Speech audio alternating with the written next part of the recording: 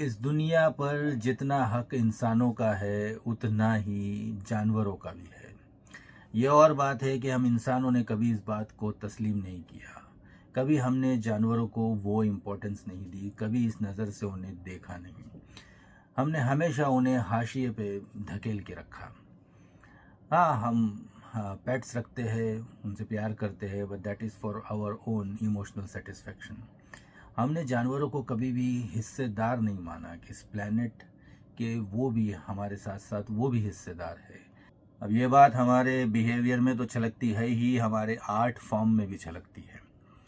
मिसाल के तौर पे सिनेमा हमारा सबसे बड़ा आर्ट फॉर्म। सिनेमा में क्या रिफ्लेक्ट करता है? जानवरों को लेकर के हमारा कौन सा बिहेवियर वहाँ रिफ्लेक्ट करता है? जाहिर सी बात है, यही रिफ्लेक्ट करता है कि हमने किस तरह जानवर के रोल को, उनके इम्पोर्टेंस को एकदम मार्जिनलाइज करके रखा है। कितना ही याद करूं, मुझे तो कोई ऐसी फिल्म याद नहीं आती कि जिसमें हमने जानवरों को इस प्लेनेट का एक वैलिड हिस्सेदार के तौर पे दिखाया है। मगर इसी साल रिलीज हुई दिलजीत अय्यतन की फिल्म एको ने इस शिकायत को दूर कर दी। ये वो फिल्म है जिसमें जानवरों को उनका वैलिड और डिजर्विंग रिप्रेजेंटेशन मिला है। डायरेक्टर दिलजीत अय्यतन और राइटर बाहुल रमेश ने वाकई में इस फिल्म में जानवरों को इस प्लेनेट के वैलिड लेजिटिमेट हिस्सेदार के तौर पर पेश किया है। तो इस फिल्म की खास बात यह है कि इस फिल्म के सबसे इम्पोर्टेंट और सबसे इंटरेस्टिंग कैरेक्टर्स जो है वो है कुत्ते। जी हाँ, हालांकि इस फिल्म में और बहुत सारे इंट्रिगिंग कैरेक्टर्स भरे पड़े हैं, लेकिन इसके बावजूद जो कैरेक्टराइजेशन इन कुत्तों का हुआ है, जिस तरीके से इन्हें पेश किया गया है इस फिल्म में, वो सब पर भारी पड़ते हैं। और कमाल की बात यह है कि इन कुत्तों को यहाँ बिल्कुल भी सिंथेटिक वे में पेश नहीं किया गया है। They are not cardboard characters, they come across as real flesh and blood characters. Writer Bahul Ramesh, जो कि इस फिल्म के सिनेमाटोग्राफर भी है, उन्होंने एक बड़ी ही यूनिक, बहुत ही एक्स्ट्राऑर्डिनरी कहानी लिखी है और उसके ऊपर एक बड़ा ही तगड़ा कॉम्प्रहेंसिव स्क्रीन प्ले तैयार किया है। एक डॉग ब्रीडर की कहानी, एक बड़ा ही मिस्टीरियस कलरफुल सा कैरेक्टर है एक डॉग ब्रीडर का, कुरियाचन। ये उनकी कहानी है। वो इस फिल्म में ज़्यादातर जो है वो मिसिंग ही रहते हैं। तो बहुत सारे लोग हैं जो इनको ढूंढ रहे हैं, उनके पास अपने अपने रीजंस है कि वो इन्हें क्यों ढूंढ रहे हैं। कुछ उन्हें मारना चाहते हैं, कुछ उनसे कुछ सवालों के जवाब हासिल करना चाहते हैं, कुछ उन्हें बचाना चाहते हैं। और ये डॉग ब्रीडर, ये कुरियाचन, ये कहीं पहाड़ों में किसी गुफाओं में कहीं जा कर के छुप गया, इज इन हाइडिंग।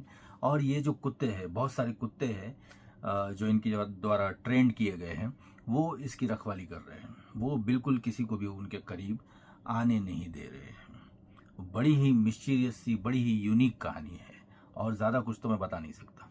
सारे कैरेक्टर्स जो है वो, उनका पास्ट है, पास्ट की मेमोरीज है और वो उनसे लगातार जूझ रहे हैं। कहानी इतनी यूनिक, इतनी अनोखी है कि सबटाइटल्स के ज़रिए तो इसे समझना भी मुश्किल है। क्या होता है कि जब हम कुछ चीज़ को समझने जाते हैं तो अंडरस्टैंडिंग में जो कुछ गैप्स रह जाते हैं वो हमारा माइंड जो है वो फिलअप कर देता है, क्योंकि चीज़ें आमतौर पर क्या होता है, प्रिडिक्टेबल होती है। लेकिन ये इतनी अनोखी कहानी है, इतनी यूनिक कहानी है कि इसमें अगर कुछ गैप्स रह गए तो वो माइंड फिलअप नहीं कर सकता है। इसकी अनप्रिडिक्टेबिलिटी इतनी स्ट्रॉन्ग है, तो इसलिए you have to have utmost attention to understand the whole film. नए नए कंटेंट लाने के मामले में मलयालम सिनेमा जो धमाल मचा रहा है, ये फिल्म उसका एक गोल्डन एग्जाम्पल है। ये फिल्म हमें एहसास दिलाती है कि वह कंटेंट के मामले में और कंटेंट के एग्जीक्यूशन के मामले में मलयालम सिनेमा कहाँ निकल चुका है। जिस तरीके से इस मुश्किल कॉम्प्लेक्स कहानी का ताना बाना बुना गया और जिस तरीके से जानवरों का इस्तेमाल किया गया है, that is out of this world. Director Diljit Ayyathan और राइटर बाहुल रमेश, जितनी भी इनकी तारीफ की जाए, इट्स नॉट इनफ। ऐसा नहीं है कि फिल्म फ्लॉलेस है, फिल्म में कोई फ्लॉ नहीं है। सबसे बड़ा जो फ्लॉ है वो कुरियाचन के कैरेक्टर को लेकर के है।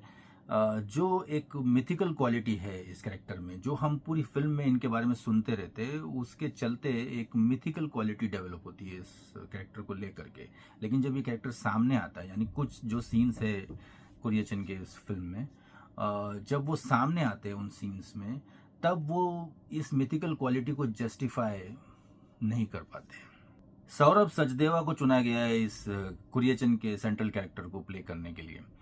विच seems to be a very odd choice. Saurabh Sachdeva बिल्कुल भी एक मलयाली नहीं लगते, ना चेहरे से और ना ही हाव भाव से। और प्लस कुरियन के कैरेक्टर की जो मिथिकल क्वालिटी है वो भी वो अपने एक्सप्रेशन में, अपने बॉडी लैंग्वेज में नहीं उतार पाए हैं। फिल्म में कई सारे सवाल है जिनके जवाब नहीं मिल पाते, which is sort of obvious because कहानी में बहुत कुछ हो रहा है, बहुत सारे ट्विस्ट एंड टर्न्स है, तो कुछ चीज़ों का छूट जाना लाजमी है। कई सारे इंपॉर्टेंट इंटरेस्टिंग इंसिडेंट्स हम फिल्म में अलग अलग कैरेक्टर्स के द्वारा सुनते हैं, लेकिन उन्हें फिल्म में दिखाया नहीं गया है। हो सकता है ये पर्पसफुली किया गया है, हो सकता है डायरेक्टर ये चाहते हैं कि जो ये इंसिडेंट्स है उनकी एक मिस्टीरियस क्वालिटी बरकरार रहे, ताकि हम ये सोचते रहे कि वो पता नहीं वो सही है या गलत है।